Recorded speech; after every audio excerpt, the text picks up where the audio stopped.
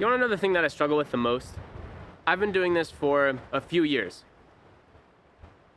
I've been living everything that I've ever dreamt about when I was in engineering school to a T for the last year and a half.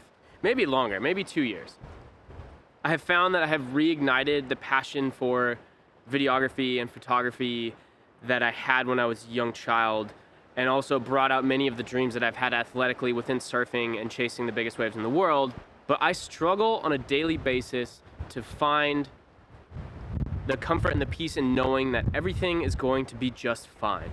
Everything about anything that I'm doing or chasing or that anyone is chasing is going to end up being just fine. Every month for the last 24 months, I've worried about paying my bills, and every month for the last 24 months, for the most part, I have managed to make that happen.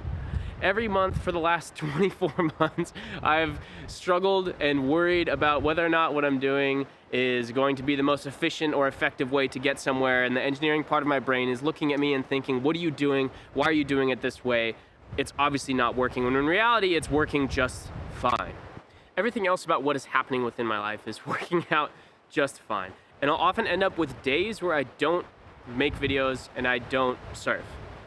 And sometimes I won't even train. And that's what's concerning to me, and I think those are some of the things that I struggle with the most. Is I can be consistent, and I have no issue with that. I have a work ethic that was drilled into me from a very young age, from scraping paint and hauling concrete for my dad's friends.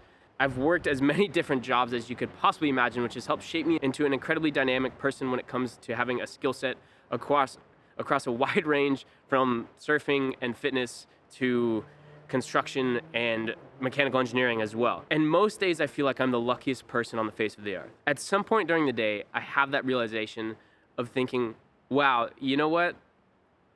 I really am one of the luckiest people to have ever lived. And there's no question or doubt in my mind about that. On the flip side though, the one thing that I have always struggled with for the entirety of my life is the financial burden of just life in general, right? And I think that's something that pretty much everyone watching this channel can relate to. And if it wasn't for me having some incredible people in my life on this trip, like Brendan at Santa Cruz Paleo, who graciously Venmoed me money to come, I wouldn't be able to be doing this right now. I wouldn't be able to make this video. I would not be here. I have a really hard time asking for help. I think that's my biggest flaw, is that I'm so sometimes, like it may be contrary to what I was saying earlier, overly confident and just stubborn, that I won't ask for it when I need it most. And that oftentimes puts me in an even more tight financial situation. You know, every month for the last 24 months, I've been lucky enough to pay my bills. And on this trip, like, I very well could run out of money. And I'm taking steps to make that not a reality. But man, it's so hard to do that when you actually think you're going to run out again. And I think I just need to obviously put in the work for that and look at it in a positive way with the amount of lessons and everything else that I've managed to overcome over the last few years. But I just really wanted to get all of that off of my chest, because I find it very challenging to ask for help. I find it challenging, obviously, to be living life in the way that I am. I think a lot of people on this channel oftentimes will see this and think that I am some like crazy surfer, and then they're like shocked when something doesn't happen. But it's like, dude, I'm only like a professional surfer in the slightest. I don't claim to be some like crazy prodigy. I certainly never thought I would be in this situation right now. I didn't even go in the ocean until I was 16. And again, it's like I feel like I hold myself to such a high standard. I like get super caught up in the way I perform or the way that I surf, because I know what level I can surf at and what waves I could be catching and what waves I should be riding. But in reality, like I've only got 10 years of experience, and that ends up bringing me some peace knowing that, okay, like I've been doing something for 10 years and sometimes I still feel like a beginner.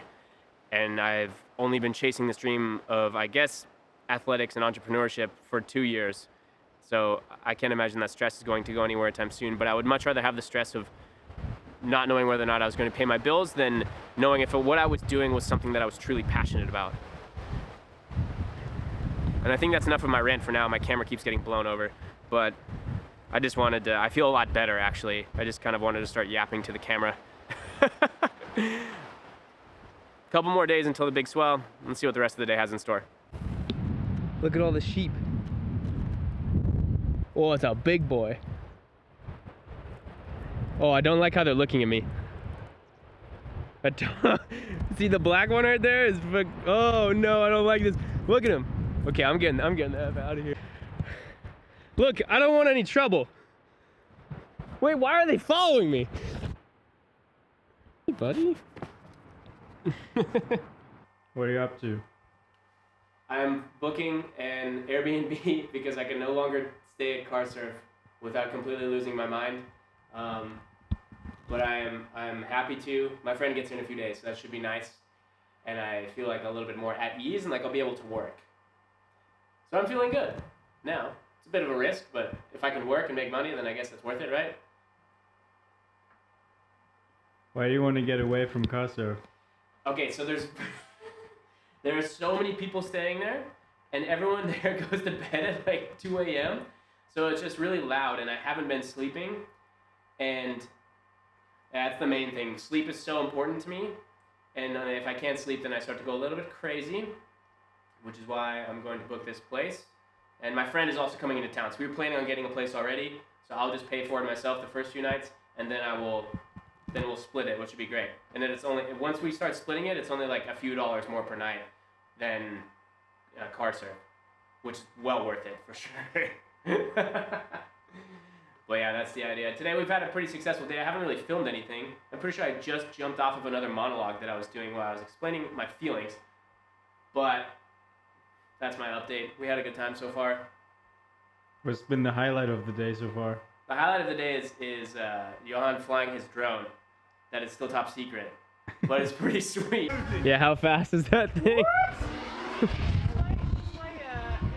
Oh no, I got chased by some goats. That's what happened.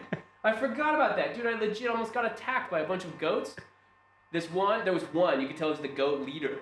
And his fur was all black, and all the other sheep were just other colors, so he stood out a lot. And long hair, he had like dreadlocks. He looked like, if you've ever seen Alien vs. Predator, he looked like the alien, but a goat version. And he started sprinting at me while he was flying the drone, and I'm just running, like, oh my gosh, this is actually crazy. And then eventually I got back to the house and the goats didn't come. And then I went back to try and I wanted to just get a picture up close. I wanted to see if I could pet one of them. That obviously was not gonna happen. And then, yeah, so that's, and now I'm pretty sure they hate me. But it's all good. So going through that quite exotic experience with sheep or goats, it was sheep, wasn't it? I think it was a mixture of sheep and goats. Okay. Because the leader was a goat, for sure, and then there was little sheep. And it was hilarious because they bounce everywhere. Like if they get jumpy, they start bouncing, which is quite funny. So I mean, that's just it was a strange encounter. And then I was promised pigs at the harbor, that it would be a better experience, and we didn't find pigs. So what's up with that, John? Where were the pigs at the harbor? Maybe they got eaten. Oh, they got chomped. By the black goat or sheep. I had them for breakfast at Mercado Del Mar when I got bacon and eggs, I think. That's what happened. I mean, what can you do, man? Can't win them all. The ghosts were out here earlier, though. I was about to go say hello again.